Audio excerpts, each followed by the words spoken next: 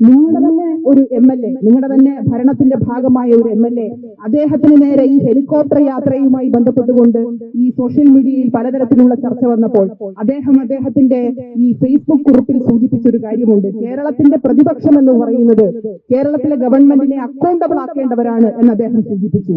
ഞങ്ങൾ അക്കൗണ്ടബിൾ ആക്കാൻ അറിയാത്തവരല്ല എന്ന് നിങ്ങൾ ഉൾപ്പെടെയുള്ള ആളുകൾ മനസ്സിലാക്കുന്നത് ശരിയാണ്. നിങ്ങളെ അക്കൗണ്ടബിൾ ആക്കുന്നതിന് കേരളത്തിലെ DYFI എന്ന പ്രസ്ഥാനം, തലസ്ഥാനത്തെ DYFI എന്ന പ്രസ്ഥാനം ഇവിടെ നിലകൊള്ളും എന്ന് മാത്രം സൂചിപ്പിച്ചുകൊണ്ട് എല്ലാവരെയും അഭിവാദ്യം ചെയ്തുകൊണ്ട് അവസാനിപ്പിക്കുന്നു. അഭിവാദ്യം.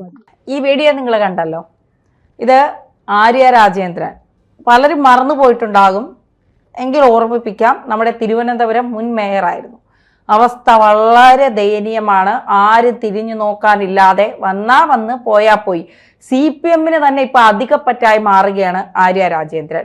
ചെയ്തു വെച്ച കാര്യങ്ങൾ അങ്ങനെയാണല്ലോ. കാരണം തിരുവനന്തപുരത്തുകാർക്ക് ഒരിക്കലും ഇഷ്ടപ്പെടാൻ അല്ലെങ്കിൽ ഓർക്കാൻ കഴിയാത്ത 5 വർഷം തിരുവനന്തപുരം നഗരസഭയ്ക്ക് സമ്മാനിച്ച ഒരാളാണ് ആര്യ രാജേന്ദ്രൻ. ആര്യ രാജേന്ദ്രൻ ഈ മേയർ പദവിയിൽ നിന്ന് മാറി തെരഞ്ഞെടുപ്പിനെ നേരിട്ടു. അത് കഴിഞ്ഞതിന് ശേഷം ഈ നിയമസഭാ തെരഞ്ഞെടുപ്പിൽ പല CPM നേതാക്കളുടെയും പ്രചരണത്തിനിറങ്ങിയപ്പോൾ അവർ തന്നെ പറഞ്ഞു, ഇങ്ങോട്ടേക്ക് വരരുത്, ഞങ്ങൾക്ക് തോൽവി, ഇതിന്റെ പേരിൽ ഒരു തോൽവി ഏറ്റുവാങ്ങാൻ കഴിയില്ല. V. ശിവൻകുട്ടി അടക്കം പറഞ്ഞതൊക്കെ മാധ്യമങ്ങളിൽ കണ്ടതും കേട്ടതുമാണ്. ആര്യ രാജേന്ദ്രൻ വല്ലാത്തൊരു അവസ്ഥയിലാണ്. ഇപ്പോ പിന്നെ DYFI-യുടെ ഒരു പ്രതിഷേധം സെക്രട്ടേറിയറ്റിൽ നടന്നു. ആ സെക്രട്ടേറിയറ്റ് പ്രതിഷേധത്തിൽ ആർക്കും വേണ്ടാത്ത ഒരാളായി ഏറ്റവും പുറകിൽ നിന്ന് നടന്നു വരുന്ന ആര്യ രാജേന്ദ്രനെയാണ് നമുക്ക് കാണാൻ സാധിക്കുന്നത്. എന്നിട്ട് ആര്യ രാജേന്ദ്രൻ പറയുന്നു, ഭരിക്കുമ്പോൾ ഒരു കാര്യം, ഭരണപക്ഷത്തിരിക്കുമ്പോൾ ഒന്ന് പറയും, പ്രതിപക്ഷത്തിരിക്കുമ്പോൾ മറ്റൊന്ന് പറയും എന്നാണ് ആര്യ രാജേന്ദ്രൻ പറയുന്നത്. ഭരണപക്ഷത്തിരുന്നപ്പോഴും പ്രതിപക്ഷത്തിരുന്നപ്പോഴും ഇരട്ടത്താപ്പ് കാണിക്കുന്ന നിങ്ങളാണ് കുണുവാവേ എന്ന് പറഞ്ഞു തരാൻ ആരെങ്കിലും ഉണ്ടാകണം. കാരണം ഭരണപക്ഷത്തിരുന്നപ്പോൾ 10 കൊല്ലം പിണറായിയും സഹാക്കളും കേരളത്തിലെ ജനങ്ങളോട് കാണിച്ചു കൂട്ടിയത് എന്തൊക്കെയാണ് എന്നുള്ളത് നമുക്ക് നന്നായിട്ടറിയാം. ആശാ വർക്കർമാർ 100-ലധികം ദിവസം സമരം നടത്തിയിട്ട് അവരുടെ പ്രശ്നം എന്താണ് എന്ന് പോലും ചോദിക്കാൻ ഏതെങ്കിലും ഒരു സഹാക്കൾ ഈ സെക്രട്ടേറിയറ്റിന് മുന്നിൽ പോയോ? ഇല്ല. അവര് തലമുണ്ടനം ചെയ്തു, പിണറായിയെ പുറഞ്ച പ്രാവി. എന്നിട്ട് പോലും അവരുടെ അവസ്ഥ വളരെ കഷ്ടമാണ് എന്ന് അവര് പല മാധ്യമങ്ങളോടും കരഞ്ഞും നിലവിളിച്ചും ഉറച്ച ശബ്ദത്തിലും ഒക്കെ പറഞ്ഞിട്ടും ആരെങ്കിലും ഇവിടെ കേൾക്കാൻ തയ്യാറായോ? ഇല്ല. എന്നിട്ട് അവർക്ക് ശമ്പളവും കൂട്ടിയില്ല, അവരുടെ കഷ്ടപ്പാടുകളോ ഒരു തരത്തിലും അതിനൊപ്പം നിൽക്കുകയോ ഒന്നും ചെയ്തിട്ടില്ല. അതിനുശേഷം എത്ര സമരങ്ങളാണ് സെക്രട്ടേറിയറ്റിന്റെ മുന്നിൽ 10 വർഷം ഇടതുപക്ഷം ഭരിച്ചപ്പോൾ അരങ്ങേറിയതെന്ന് നമുക്കറിയാവുന്ന കാര്യമാണ്. എന്നിട്ട് ഇവരതിന് സൊല്യൂഷൻ കണ്ടു എന്ന് ചോദിച്ചാൽ അറിയില്ല. അപ്പോ ഭരിക്കുന്ന പക്ഷത്തിരിക്കുമ്പോൾ നിങ്ങൾ കാണിച്ചു കൂട്ടിയ ചെയ്തികളൊക്കെ ഇപ്പൊ മനസ്സിലായല്ലോ കുണുവാവ ആര്യമോളെ. ഇനി പ്രതിപക്ഷത്തിരിക്കുമ്പോൾ നിങ്ങൾ കാണിക്കുന്ന എന്താണ്? ചെല്ലുന്നു, കെട്ടിപ്പിടിക്കുന്നു, ചിരിക്കുന്നു, കണ്ണുനീരൊപ്പുന്നു.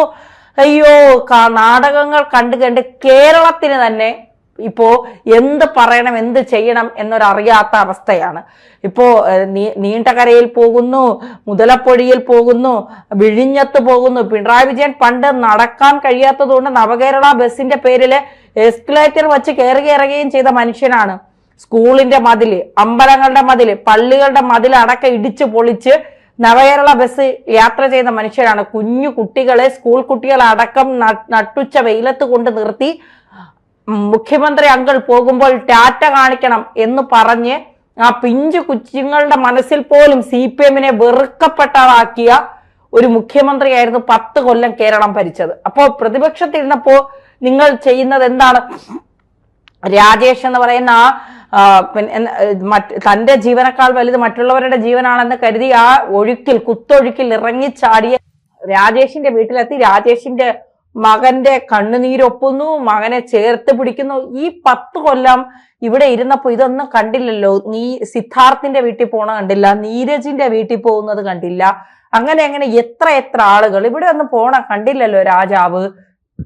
ആ സമയത്തൊക്കെ രാജാവ് എഴുന്നള്ളിയാൽ പരിസര പ്രദേശങ്ങളിൽ ആർക്കെങ്കിലും നിൽക്കാൻ കഴിയുമോ? അവസ്ഥ അങ്ങനെയായിരുന്നു. അതുകൊണ്ട് കുണുവാവ ആര്യ രാജേന്ദ്രൻ പറയുമ്പോൾ സൂക്ഷിച്ചും കണ്ടും പറയണം, ഇല്ലെങ്കിൽ നാട്ടുകാരെടുത്തിട്ട് അലക്കി ഉടുക്കും എന്നുള്ളതാണ്. അതിനിടയ്ക്ക് എ റഹീം, അങ്ങേരെ AA റഹീം എന്ന് ലുട്ടാപ്പി എന്നൊക്കെയാണ് ആളുകൾ വിളിക്കുന്നത്. ഞങ്ങൾ എന്തായാലും അത് വിളിക്കാൻ ഉദ്ദേശിക്കുന്നില്ല. എ റഹീം ഒരു മൊബൈലും പിടിച്ചുകൊണ്ട് സെക്രട്ടേറിയറ്റിന്റെ മുന്നിൽ ചെന്ന് നിന്നിട്ട് എന്തൊക്കെയോ നാടകങ്ങളും ഇതുവരെ കാണാത്ത തരത്തില് വീഡിയോ ഒക്കെ എടുത്ത് ഫേസ്ബുക്കിൽ പോസ്റ്റ് ചെയ്യുന്ന, അതിന്റെ താഴെ വരുന്ന കമന്റ് കണ്ട നിങ്ങൾ ആ വീഡിയോ ഡിലീറ്റ് ചെയ്ത മനുഷ്യ എന്ന് പറയണമെന്നുണ്ട്. പക്ഷെ പിന്നെ കിട്ടട്ടെ, സ്വയം ചോദിച്ചു വാങ്ങിയതല്ലേ, കിട്ടി തന്നെ തീരണം. എന്താ PSC റാങ്ക് ലിസ്റ്റിൽ കയറിയിട്ടും ജോലി കിട്ടാത്തവർ മണ്ണ് വാരി തിന്നും സെക്രട്ടേറിയറ്റിന് മുന്നിൽ പ്രതിഷേധിക്കുന്ന സമരമാണ്. ആ സമരത്തിൽ ചെന്നിരുന്ന് കണ്ടില്ലേ അവരുടെ കണ്ണുനീര്, കണ്ടില്ലേ അവര് ചെയ്യുന്നത്, അവരുടെ കണ്ണുനീര് കാണാൻ ആരെങ്കിലും ഉണ്ടോ? ഞങ്ങളാണ് ഭരിച്ചിരുന്നെങ്കിൽ ഈ കിടക്കുന്നവർക്കെല്ലാം ജോലി, ഈ കിടക്കുന്നവർക്കെല്ലാം ആനുകൂല്യം, ഈ കിടക്കുന്നവരെയൊക്കെ ഞങ്ങൾ ചേർത്ത് പിടിക്കും. വീട്ടിൽ പോയി ചോദിക്കാൻ പറയില്ല, വീട്ടിൽ പോയി ഇരിക്കാൻ പറയില്ല, ഇതൊന്നും പറയണ്ട. കേരളത്തിലെ ജനങ്ങൾക്ക് നന്നായിട്ട് അറിയാം നിങ്ങൾ എന്തായിരുന്നു എന്നുള്ളതും, നിങ്ങൾ എങ്ങനെ പെരുമാറുമെന്നുള്ളതും, നിങ്ങൾ എന്തൊക്കെ കാണിക്കുമെന്നുള്ളതും, നിങ്ങൾ ആരെയൊക്കെ ചേർത്ത് നിർത്തുമെന്നുള്ളതും. അത് കണ്ട് 10 കൊല്ലം എന്റെ അമ്മേ ഒന്നിറങ്ങി പോയാ മതിയെന്ന് സഹാക്കൾ, കേരളത്തിലെ ജനങ്ങളല്ല നല്ലവരായ സഹാക്കൾ ഇനിയും വളർത്തിയാൽ അത് പാർട്ടിയെ തന്നെ കടയ്ക്കുന്ന് ജനങ്ങൾ വെട്ടി ഇല്ലാതാക്കും എന്ന് മനസ്സിലാക്കിയ നല്ലവരായ സഹാക്കളാണ് ഈ ദയനീയമായ തോൽവി നിങ്ങൾക്ക് സമ്മാനിച്ചത്. 35 സീറ്റിൽ ഒതുങ്ങേണ്ടി വന്നത് എന്തുകൊണ്ടാണ്? സഹാക്കന്മാരെല്ലാം വോട്ടിട്ടിരുന്നെങ്കിൽ ജയിക്കുമായിരുന്നല്ലോ. ഈ 102 സീറ്റിലധികം UDF-ന് കിട്ടിയത് അവര് തന്നെ ഇപ്പോഴും ആ അന്താളിപ്പിൽ നിന്ന് പുറത്തു വന്നിട്ടില്ലെന്നാണ് പറയുന്നത്.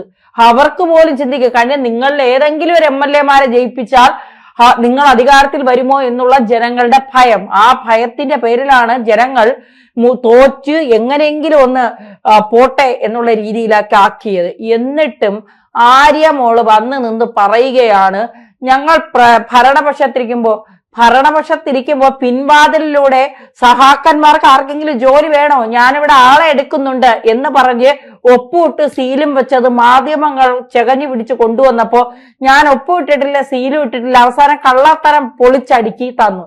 എന്തിന്? ഞങ്ങളുടെ ആറ്റുകാലമ്മ, ഞങ്ങളുടെ തിരുവനന്തപുരത്തുകാരുടെ ഏറ്റവും വലിയ സ്വത്താണ് ഞങ്ങളുടെ ആറ്റുകാലമ്മ. ആറ്റുകാലമ്മയുടെ പേരില് നടക്കാത്ത പൊങ്കാലയുടെ പേരില് എന്താ പണം എഴുതിയെടുത്ത് അവിടെ ചവർ വാരി എന്ന് പറഞ്ഞ, ആ സമയത്ത് കോവിഡിന്റെ സമയത്ത് പൊങ്കാല നടന്നിട്ടില്ല.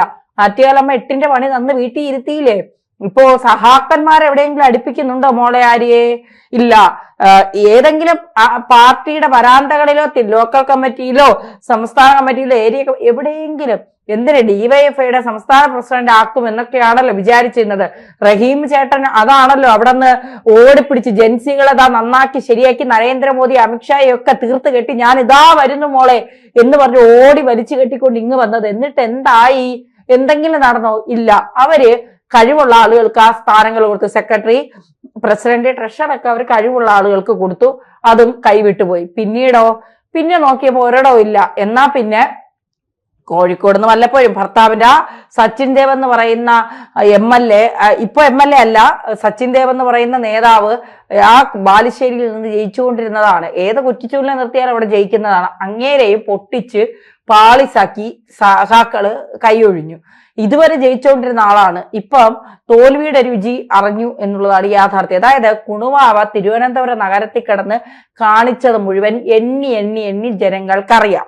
ഈ ഒരു അവസ്ഥ പണ്ട് എന്തായിരുന്നു അഹങ്കാരം, ധാർഷ്ട്യം, എനിക്ക് പക്വത ഇല്ല എന്ന് പറയുന്നവരോട് പക്വത ഇല്ലാത്തത് കൊണ്ടാണ് അത് പറയുന്നത്. അതിൽ ശരി തെറ്റുകൾ മനസ്സിലാക്കി എടുത്ത് അത് കൃത്യമായി ബോധ്യപ്പെട്ട് അറിഞ്ഞൂടെങ്കിൽ അത് ചോദിച്ച് മനസ്സിലാക്കി. ഇപ്പോ VV രാജേഷ് എന്ന് പറയുന്ന മേയർ ആ സ്ഥാനത്തിരിക്കുമ്പോൾ നിങ്ങൾ കുറെ പ്രശ്നങ്ങൾ ഉണ്ടാക്കിയല്ലോ. സുഗതന്റെ പേര് പറഞ്ഞ് കൗൺസിലർമാരുടെ പേര് പറഞ്ഞൊക്കെ ഇല്ലാത്ത പ്രശ്നങ്ങൾ, സുഗതന് കാപ്പ വരെ ചുമത്തി നിങ്ങൾ ഈ കോർപ്പറേഷൻ അധികാരത്തെ ഇല്ലാതാക്കാൻ, BJPയുടെ കയ്യിൽ നിന്ന് ഇല്ലാതാക്കാനൊക്കെ ശ്രമിച്ചു. എന്നിട്ട് എന്തെങ്കിലും നടന്നായിരുന്നു? ഒന്നും നടന്നില്ല. അതുകൊണ്ട് മോള് പഴയതുപോലെ കിടന്ന് തിളച്ചിട്ടൊന്നും കാര്യമില്ല. പിണറായി ആരാണെന്നും ഗോവിന്ദൻ ആരാണെന്നും റിയാസ് ആരാണെന്നും മറ്റു മന്ത്രി ശിവൻകുട്ടി ആരാണെന്നും കടകംപള്ളി ആരാണെന്നും ഇടതുപക്ഷം എന്താണ് എന്നും ജനങ്ങളെക്കാൾ നന്നായി ഇടതുപക്ഷ സഹാക്കൾക്ക് മനസ്സിലായി. അതുകൊണ്ടാണ് അവര് വീട്ടിൽ പോയി ഇരിക്കുക എന്ന് നല്ല വൃത്തിക്ക് പറഞ്ഞത്. എന്നിട്ടും പഠിച്ചില്ല എങ്കിൽ ഇതായിരിക്കും അവസ്ഥ. ഓരോരുത്തരുടെ അവസ്ഥ ഇത് തന്നെയായിരിക്കും.